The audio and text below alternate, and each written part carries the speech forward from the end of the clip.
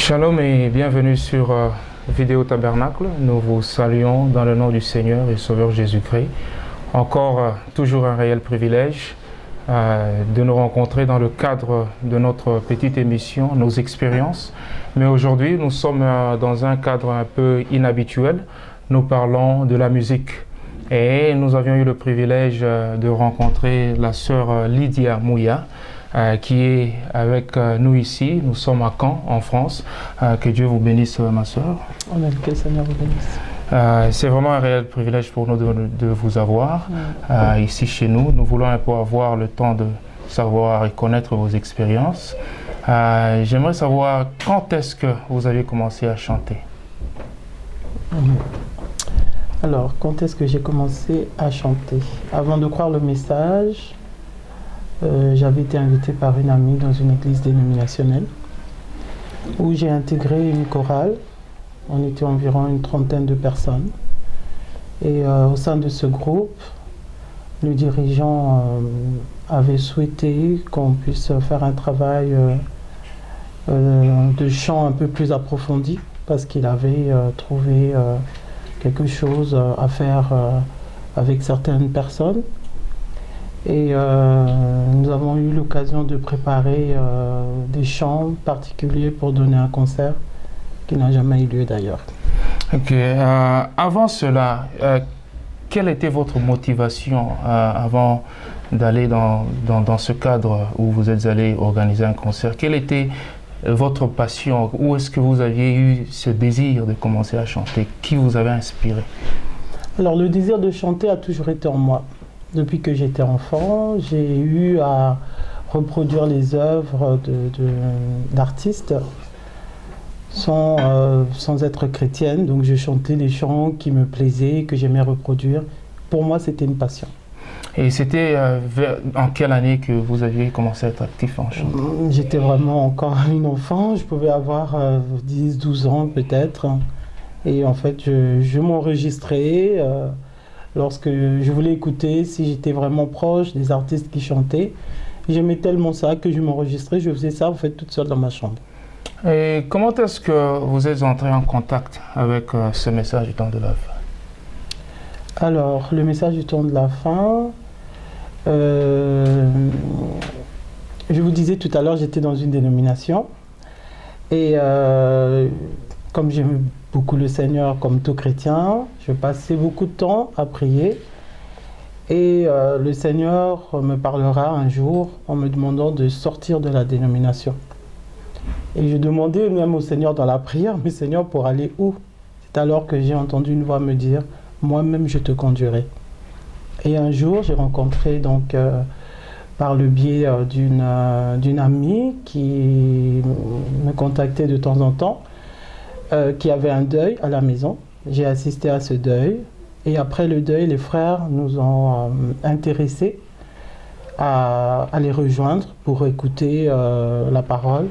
Et à ma grande surprise, on écoutait les bandes du message. Ok. Est-ce qu'en ce moment-là, vous saviez un peu sur William Branham? Est-ce que vous aviez quand même une idée de qui était le prophète William Branham? Non, pas du tout. Pas du tout. Et comment est-ce que vous êtes arrivé à comprendre qu'est-ce qu'était le message en réalité? Alors ça a pris du temps. Ça a pris du temps parce que comme beaucoup de personnes, je pense, sont achoppées, surtout sortant d'une dénomination, d'entendre frère Branham, frère Branham, frère Branham, je me suis dit, oh, je pense que je vais me retirer de ce lieu. Mais aussi bizarre que ça pouvait paraître, autant le nom de frère Branham me dérangeait, mais j'étais toujours attirée à aller écouter.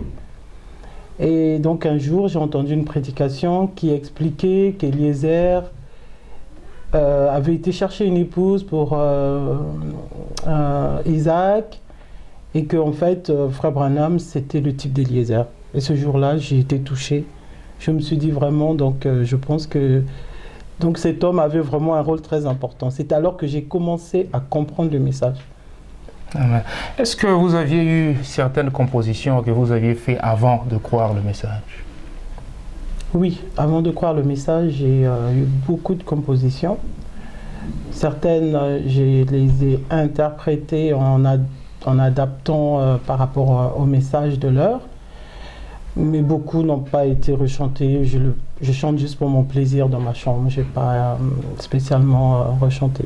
Je ne sais pas si cela va vous convenir. Est-ce que c'est possible d'écouter une de vos compositions avant le message? Juste même un refrain maintenant? Oui, avant le message. J'étais dans les ténèbres lorsqu'un jour j'entendis la voix de mon sauveur. Pour passer au refrain, oui, c'était Jésus. Sois loué Seigneur, Seigneur, sois loué. Sois loué Jésus, Jésus, sois loué. Sois loué Seigneur, Seigneur, sois loué. Sois loué Jésus, Jésus, sois loué.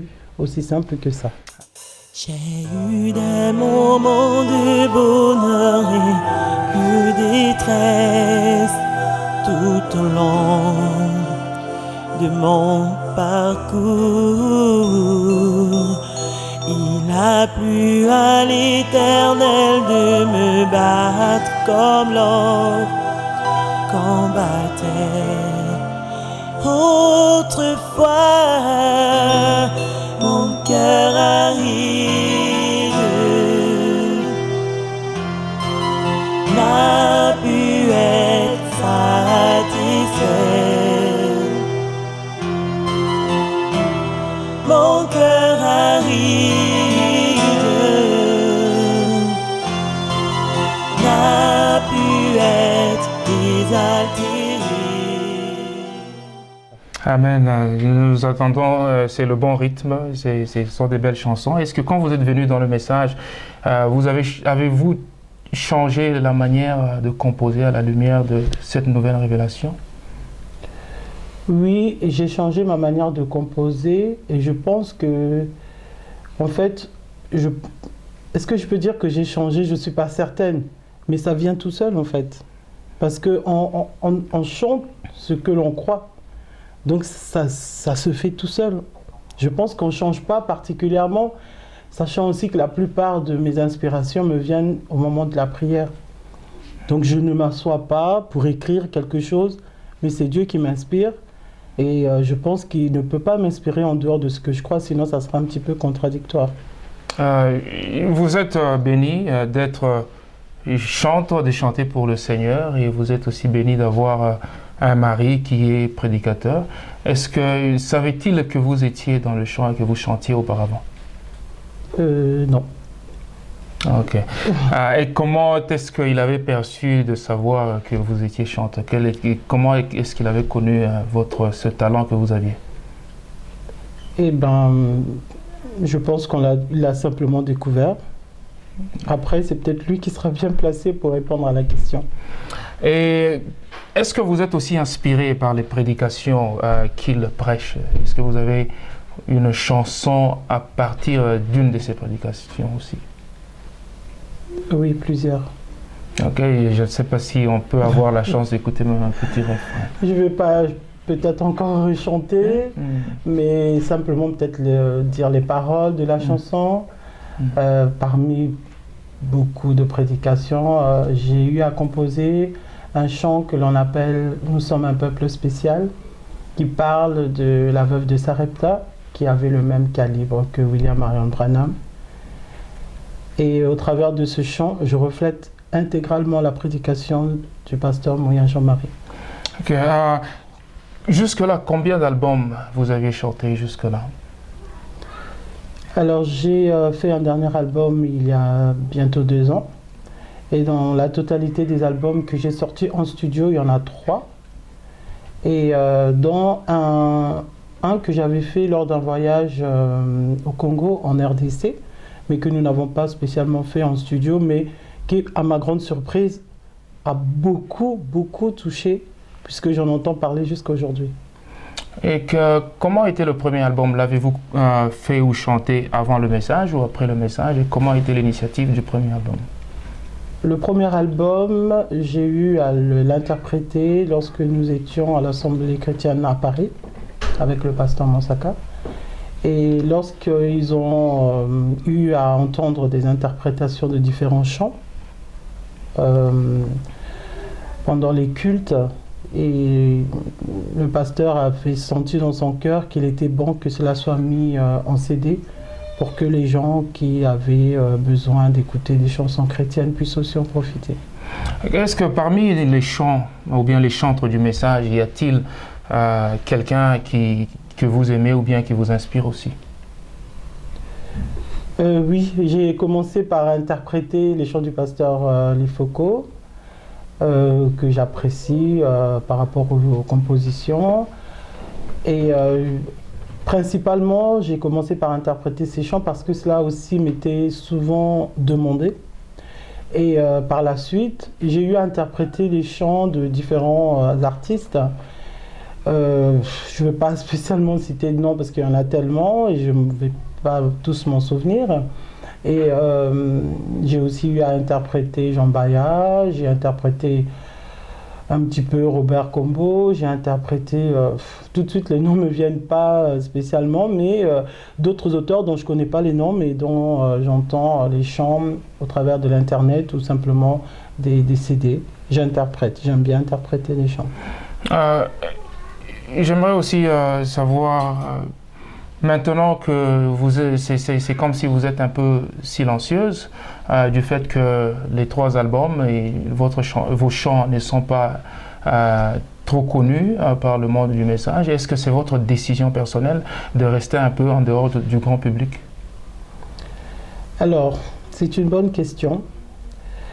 Et en fait, j'aimerais dire ceci. En réfléchissant personnellement sur ce don que Dieu m'a donné, j'ai compris que s'investir vraiment dans le chant, ça demandait beaucoup de sacrifices. Je suis mère de 6 enfants, mon époux est pasteur, et faire ce travail me demanderait de faire abstraction de beaucoup de choses. Donc ça fait qu'on ne peut pas vraiment aller peut-être aussi loin qu'on le voudrait, sachant que ce que je fais me convient également.